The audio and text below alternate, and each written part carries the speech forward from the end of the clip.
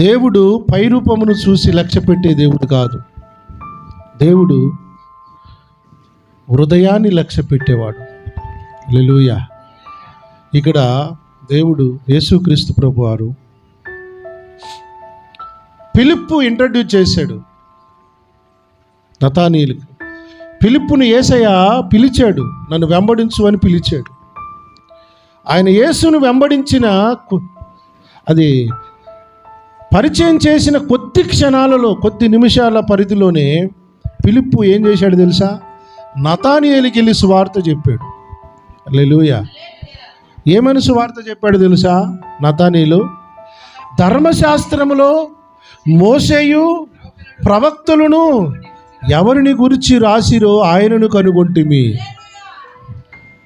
ఫిలిప్పును యేసయ్య పిలిచి ఎంతసేపు కూడా కాలేదు, వెంటనే ఆయన వెళ్ళి ఇంకొకరికి పోయి సువార్త చెప్తున్నాడు. ఏమనో తెలుసా? మేము ధర్మశాస్త్రములో మోషేయు ప్రవక్తలు ఎవరిని గురించి రాశారో ఆయనను కనుగొన్నాము. ఆయన నజరేయుడైన యేసు. హల్లెలూయా. యోసేపు కుమారుడైన యేసు అని సాక్ష్యం చెప్తున్నాడు సార్ ఆయన. ఈనాటికి కూడా చాలామంది క్రైస్తవులకు యేసుప్రభు ఎవరో తెలియదు. యేసుప్రభు ఎవరో తెలుసా? కులం తక్కువ వాళ్ళ దేవుడు, ఊరు బయట ఉన్న వాళ్ళ దేవుడు అంటున్నారే కానీ ఆయన ప్రవక్తలు రాసిన ప్రవచనానుసారంగా జన్మించిన ఒక చరిత్ర పురుషుడు, నిజమైన దేవుడు అని ఎంతమంది సాక్ష్యం చెప్పగలుగుతున్నారు? సువార్త చెప్పడం కూడా రావట్లేదు సార్ ఈరోజు విశ్వాసులకి, సేవకులు కూడా రావట్లేదు సరిగ్గా. ఫిలిప్పు నతానీయులకు సువార్తని చెప్పాడు, చాలా క్లారిటీగా చెప్పాడు. మేము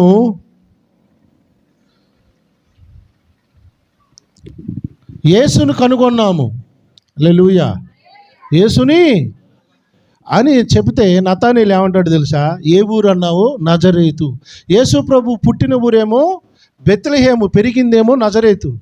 నజరేతు అనే ఊరిలో అందరూ కూడా పనికిమాలినోళ్ళు ఉంటారు, తాగుబోతోళ్ళు ఉంటారు, తిరుగుబోతోళ్ళు ఉంటారు. ఒక్కడు కూడా పట్టమని ఒక డిగ్రీ చదివినోడు ఉన్నాడు, ఒక్కడు కూడా కనీసం ఒక ప్యూను కూడా కారట ఆ ఊర్లో. హల్లెలూయా. ఆ ఊర్లో నుండి ఒక్క ఆఫీసర్ కూడా బయటికి రాలేదట, ఒక మంచోడు రాలేదట. మన చుట్టుపక్కల ప్రాంతాల్లో, గ్రామాల్లో కొంతమంది సాక్ష్యాలు ఉంటాయి చూసారా? అరే ఆ ఊరోళ్ళు అంతా పనికిమాల పేకాట ఆడతారు, ఆ ఊర్లో అందరూ పనికిమాల అన్ని అక్రమ సంబంధాలు ఉంటాయి అంటారు తెలుసా? అట్టనే నజరేతు అనే ఊరికి ఒక మంచి సాక్ష్యం లేదట. నజరేతులో నుండి ఏదైనా మంచిది రాగలదా అంటున్నాడండి నతానీయులు.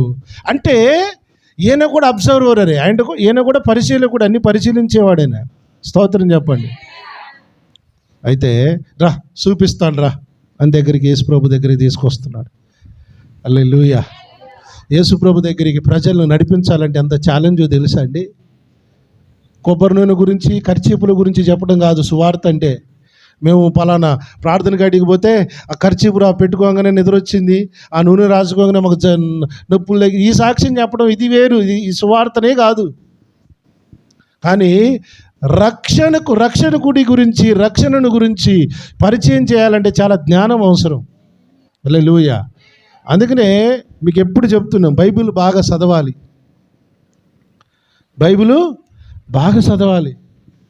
కనీసం రోజుకు 5 అధ్యాయాలన్నా చదవాలి.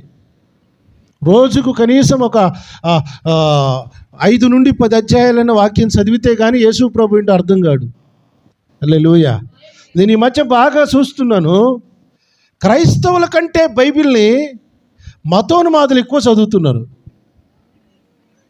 మన పనికిమాలలో అంతా పనికిమాలలో తింటాం, 3 పూట్ల సట్లు అయిపుచ్చుతారు తప్ప ఒక్కడు బైబిల్ చదవడు. తినమంటే హోటల్లో ఉన్న మెనూ లిస్టులు అన్నీ చెప్తారు సార్, అది బాగుంటుంది, ఇది బాగుంటుంది అని. వాక్యంలో బైబిల్లో ఒక గ్రంథం, ఇష్టమైన గ్రంథం గురించి చెప్పండి, ఒక్కడు చెప్పడు. చూసారా మీరు? బైబిల్ గ్రంథంలో మీకు ఇష్టమైనటువంటి పుస్తకం ఏంటని అడగండి ఎవరినన్నా. అసలు అది తెలిస్తేగా మనకి. హోటల్కి వెళ్ళి ఏ బిర్యానీ బాగుంటుందని అడగండి, చెప్తారు, ఇంత లిస్ట్ చెప్తారు వాళ్ళు. బిర్యానీకి ముందేం తినాలి, బిర్యానీలో నంచుకొని తినడానికి ఏ పచ్చడి కావాలి, అయిపోయిన తర్వాత డిజర్ట్ ఏ స్వీట్ తినాలి, అరగడానికి ఏం తినాలి, అన్ని భలే చెప్తారు లిస్టులు. వాక్యంలో బైబిల్లో మీకు ఏది ఇష్టమని అడగండి.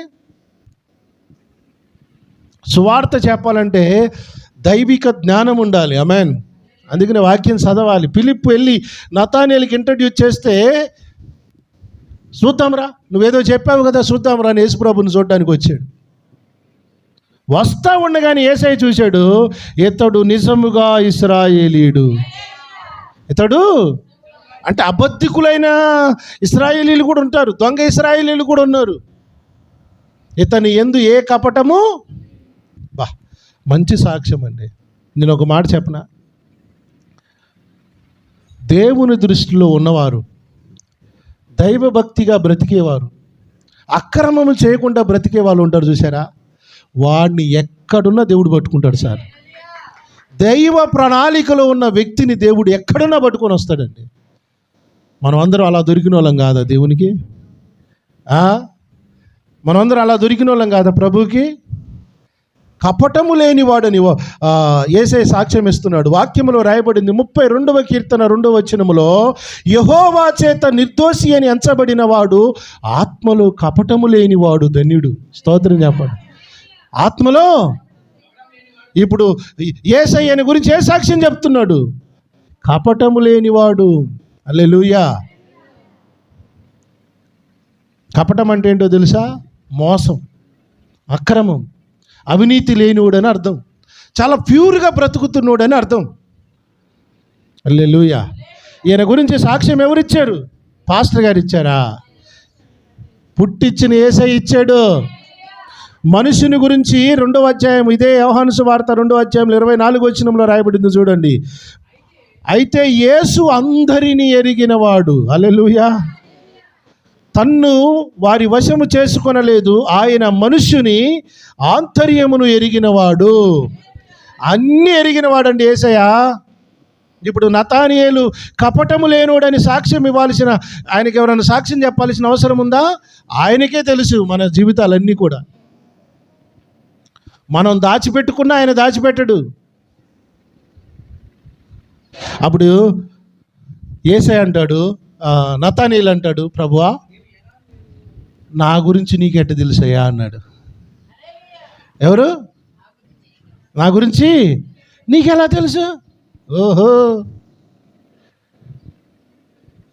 ఫిలిప్పు నిన్ను పిలవకముందే, నీవు అంజూరపు చెట్టు కింద ఉన్నప్పుడే నిన్ను చూసి తిని. హల్లెలూయా. ఈ వర్తమానం 15 సంవత్సరాల క్రితమే బోధించాను నేను. 15 ఏళ్ల క్రితమే మాట్లాడాను. నతానియేలు ఏ అంజూరపు చెట్టు కింద అక్కడ కూర్చోలేదు, కానీ యేసయ్య అంజూరపు చెట్టు కింద ఉన్నప్పుడే చూశాను అన్నాడు. దాని అర్థం ఏంటో తెలుసా? నతానియేలు యొక్క తల్లి ఇశ్రాయేలీయురాలు, అంటే యూదురాలు. ఆమె గర్భవతి అయినప్పుడు పిండము, గర్భములో ఉన్న పిండము ఎదగడానికి, మంచి ఆరోగ్యంగా ఉండడానికి అంజూరపు చెట్టు గాలి పీల్స్తే ఆరోగ్యమని అప్పుడు పెద్దలు చెబితే తను గర్భవతిగా ఉన్నప్పుడు వెళ్ళి అంజూరపు చెట్టు కింద కూర్చున్నది. ఆ గాలి పీల్చుకొని పెరిగాడు నతానియేలు. యేసయ్య ఎప్పుడు చూశాడండి? హల్లెలూయా. అంజూరపు చెట్టు కింద ఉన్నప్పుడే నేను నిన్ను చూశాను, నువ్వు నాకు తెలుసు, అప్పుడే తెలుసు. అంటే తల్లి కడుపులో ఉన్నప్పుడే నువ్వు తెలుసు నాకు. హల్లెలూయా.